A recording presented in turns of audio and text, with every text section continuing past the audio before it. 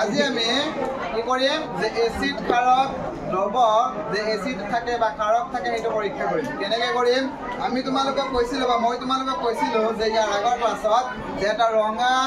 গোলাপ ফুলৰ পাহি আনিবা আৰু সেই পাহিটো বগা কাগজত এনেকুৱাকৈ ঘঁহিবা ঘঁহাৰ ফলত তাৰ বৰণটো কি হ'ব বেঙুনীয়া বেঙুনীয়া বেঙুনীয়া হৈছে নে নাই এতিয়া আমি এই বস্তুটো কি কৰিম অলপ এসিডৰ দ্ৰৱত দিম আৰু অলপ ক্ষাৰকৰ দ্ৰৱত দিম ক্ষাৰকটো আমি কি কৰিছোঁ যে চাৰ্ফ আছে আমাৰ সেই চাৰ্ফৰ দ্ৰৱত দিছোঁ মানে চাৰ্ফৰ মাজত অলপ পানী দিছোঁ পানী দিয়াৰ লগে লগে এইটো কি হৈ গৈছে ক্ষাৰকৰ দ্ৰৱ হৈ গৈছে আৰু এই এসিডৰ দ্ৰৱটো এইটো আমি কি কৰিছোঁ নেমু দিছোঁ নেমু চিপি দি দিছোঁ আৰু অলপ পানী মিহলাই দিছোঁ এইটো কি হৈ গৈছে এসিডৰ দ্ৰৱ হৈ গৈছে এতিয়া আমি পৰীক্ষা কৰিম চাম যে এই এসিড আৰু ক্ষাৰকৰ দ্ৰৱত কিবা বেলেগ ধৰণৰ ৰঙৰ কাগজ দিলে কিবা পৰিৱৰ্তন হয় নেকি প্ৰথমতে আমি এই কাগজটো দি চাম এটা এটা ৰঙীন কাগজ হয়নে এটা এটা ৰঙীন কাগজ আৰু এই কাগজটো কোনো পৰিৱৰ্তন হয় নে নহয় সেইটো আমি চাম এতিয়া দি চাও আমি কাগজটো দিয়ে পৰিৱৰ্তন হয় নে নাই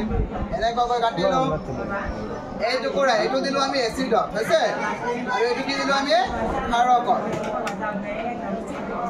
অলপ সময় পিছত চাও কি হৈ আছে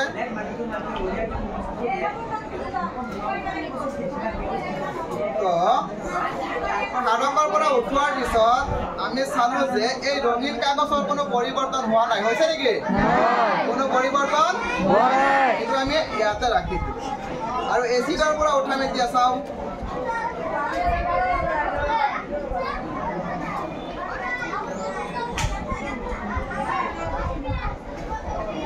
এসিডৰ পৰা উঠোৱাৰ পিছত ইয়াৰ কোনো পৰিৱৰ্তন হোৱা নাই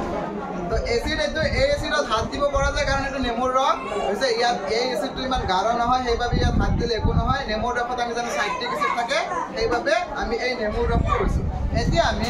এই গোলাপ ফুলৰ যি ৰঙা গোলাপ ফুলৰ পাতেৰে কি কৰা যিটো কাগজ আছে সেই কাগজটো দি চাম এই ইয়াৰ কোনো পৰিৱৰ্তন হয় নে নহয় সেইটো চাম তো আমি ইয়াৰ পৰা অলপ অলপ ছিঙিলোঁ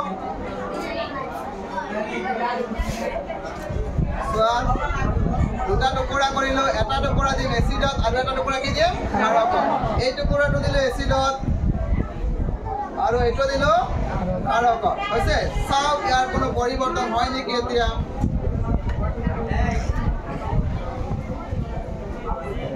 চোৱা ক্ষাৰকত দিয়া টুকুৰাটো টোটেলি কি কালাৰৰ হৈছে নীলা এই চোৱা টোটেলি নীলা কালাৰৰ হৈছে আছিল কি কালাৰৰ বেগুনীয়া কালাৰৰ হৈছে কি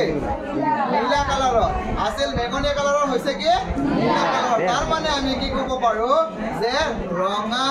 গোলাপ ফুলৰ পাহি যদি আমি বগা কাগজত কি কৰোঁ ঘঁহি দিওঁ ঘঁহি দিয়াৰ পিছত যিটো বস্তুৰ সৃষ্টি হ'ল সেইটো এটা এসিড ক্ষাৰক নিৰ্ণয় কৰা সূচক হ'ব কি হ'ব সূচক হ'ব তাৰ মানে ৰঙা গোলাপ ফুলৰ পাহি যদি আমি কি কৰোঁ এই বগা কাগজত ঘঁহি দিওঁ ঘঁহি দিয়াৰ ফলত যি কাগজটো থাকিব যি বেঙুনীয়া কালাৰৰ কাগজটো থাকিব এইটো কি এসিড ক্ষাৰক নিৰ্ণয় কৰিব পৰা এটা সূচক হ'ব আৰু এই বেঙুনীয়া কালাৰৰ কাগজটো যদি আমি কি কৰোঁ ক্ষাৰকৰ দ্ৰৱত দিওঁ তেতিয়াহ'লে ইয়াৰ বৰণ কি হ'ব নীলা হ'ব কি হ'ব এতিয়া আমি চাম এসিডটোৰ বৰণ কি হৈছে হৈছে এইটো আমি ক্ষাৰকতটো চালোঁ চাওঁ এসিডটোৰ বৰণ কি হৈছে আমি যদি এসিডটো ভালকে চাওঁ এসিডটোৰ বৰণ কি হৈছে চোৱাচোন তোমালোকে কি কালাৰ হৈছে ৰঙা গোলপীয়া হয়নে এইটো গোলপীয়া কালাৰ বুলি কোৱা হ'ব আছিল কি আছিল হ'ল বেঙুনীয়া কিন্তু হ'ল কি গোলপীয়া মানে ৰঙা বন্ধাকবি ৰঙা ফুলকবিৰ পাত বগা কাগজত ঘঁহাৰ পিছত সেইটো যেতিয়া আমি কি কৰিম এসিডৰ মাজত দিম এসিডৰ মাজত দিয়াৰ লগে লগে বেঙুনীয়া ৰংটো কি হ'ব গোলপীয়া ৰঙৰ হ'ব আৰু ক্ষাৰকৰ মাজত দিয়াৰ লগে লগে এইটো ৰং কি হ'ব নীলা হ'ব হৈছে বুজি পাইছা তেতিয়াহ'লে এসিড ক্ষাৰকৰ পৰীক্ষা তোমালোকে কৰিব পাৰিবা নিশ্চয় ইয়াত আমি বেলেগ ধৰণৰ বেলেগ বেলেগ বস্তু ব্যৱহাৰ কৰিব পাৰিম যেনেকুৱা কিছুমান ফুল ব্যৱহাৰ কৰিব পাৰিম আৰু কিছুমান বস্তু ব্যৱহাৰ কৰিম তাৰ ভিতৰত আছে তোমাৰ লিটমাছ কাগজ আছে আৰু মই তোমালোকক কালি ক্লাছত কৈছিলোঁ কি কি ব্যৱহাৰ কৰিব পাৰি হয়নে নহয় এইবিলাক যদি আমি আনিলে আমি আৰু পৰীক্ষা কৰি চাব পাৰিম হৈছে থাকক